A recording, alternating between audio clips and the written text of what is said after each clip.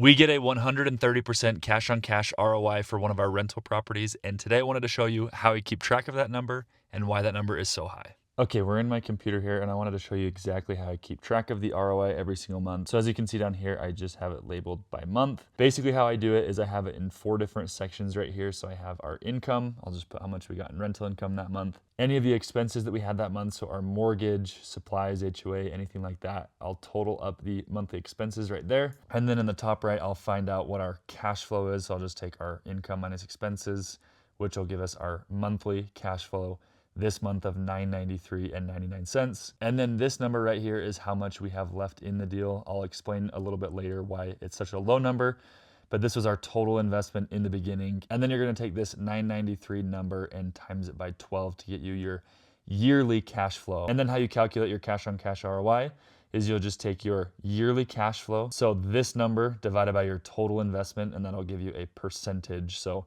189% for this month is what our cash on cash ROI was. Now, obviously every single month is gonna be a little bit different because your expenses are gonna be different every single month. So as you can see in December, it was 51%. Our cash flow was only $267. In November, it was 900, so 171%. So it's gonna be different every single month. So what I do to have a running total is over here, I have a running total, and as you can see, it's 130% over the 5 years that we've owned it. You'll click plus, and then you'll just click this cell and it will add that, and then you just have to divide it by the number of months that you've had that rental. So 69 months is how long we've had this rental, so you'll just have to up this number by 1 every single month, and then it will give you a running total ROI for your rental properties. The reason that the ROI on that house is so high is because when we bought the house, we bought it as our primary residence. We put 10% down. And about 2 to 3 years after we bought the home and had some built-in equity, we did a cash out refinance. And with that cash out refinance, it allowed me to take all of the down payment money that I had put in and get it all back minus about $4,000. So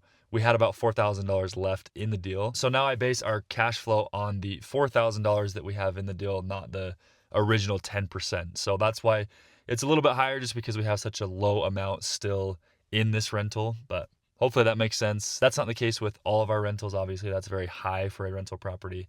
Again, it was just because we did a cash out refinance and got most of the money back. Hopefully this is helpful to see how I keep track of my ROI. I do this once a month, so it's pretty easy to stay on top of, and it's just nice to be able to see how much I'm actually getting as an ROI on our rentals.